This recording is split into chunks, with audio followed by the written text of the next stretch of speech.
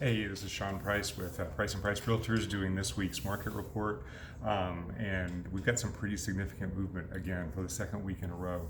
So last week we had a significant increase in seller activity and a decrease in buyer activity. So seller activity went up and buyer activity went down. So inventory was actually a little bit in a surplus last week compared to the buyer activity. So that's twice that's happened in August, and we haven't seen that pattern happen for at least a year or so. Two times in August we saw that the market kind of shifted more in favor of buyers.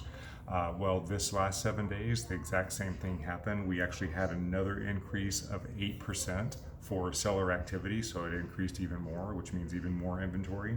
And buyer activity decreased by another 10%. So we actually have extra inventory that's on the market right now.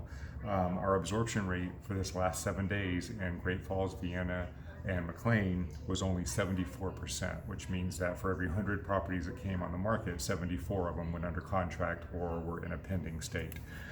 So basically what this means is the market is more favorable for buyers, or at least has been the last 14, 15 days.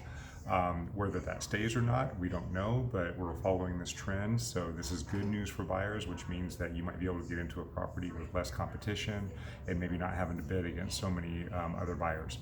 All right, properties are still moving very quickly. We had a listing that we just put on the market last Friday. It went on the market at 6 a.m. and it was under contract. Well, we had an offer in by 9:30 a.m. and we finally ratified the contract the next day. So properties are still moving. Buyers need to move quickly, but they can do so without as much competition.